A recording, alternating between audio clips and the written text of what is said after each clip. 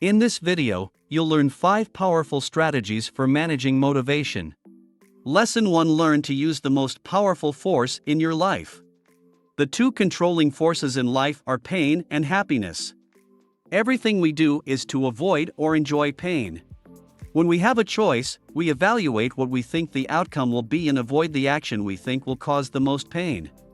We like things that we think will bring us joy or that we think have brought us joy in the past. This explains why you're procrastinating. You procrastinate because we think taking action is more painful than doing nothing. This is how you might think when you have a letter to write. Writing a reference seems like a pain. Instead, we pause. The longer the absorption time, the less painful it is when we sit down to write.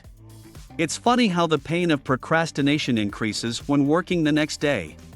This motivates us to work, so we do. So how does this help? You say I have work to do, but you don't have motivation in your head even on paper. If not, write down why you are upset. For example, I will be depressed, weak and lazy. I feel like I'm not making progress towards my goals. I won't be able to enjoy my time because I'm going to think about the things I have to do now. You should reduce the pain associated with doing this. So I'm just typing an hour to write something like this. When I started working, I enjoyed the job. It's not as bad as I thought. What you want to do is break the equation and do what you want to achieve.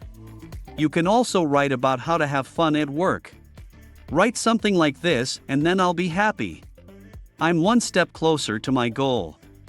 I will feel productive and proud of myself. It's very simple, but it works. The second lesson encourages chimpanzees. Your brain is made up of many parts. The two main decision points are the limbic system and the frontal lobe.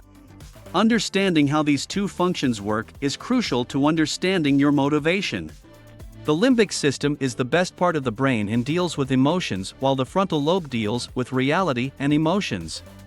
The best way to understand this is to think of the limbic system of the chimpanzee brain and the logical frontal lobe of humans. Speaking of motivation, chimpanzees play an important role in keeping you motivated. People understand why certain activities are done. Because he knows how to delay gratification. So when you think about working on your goals, it's not an argument. This is not the case with chimpanzees.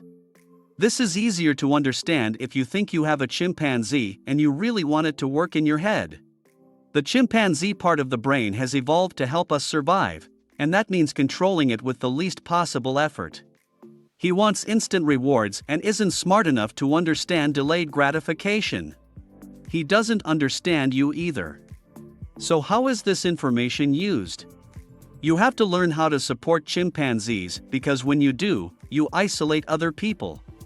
Chimpanzees are animals motivated by sex, food, shelter, energy, companionship, and sleep. First, it's important to understand the basics before trying to get chimps to do anything. Adequate sleep, food, and water, even having to go to the bathroom and not being warm enough, can affect a chimpanzee too much to do so. That's why it's hard to work when tired and hungry.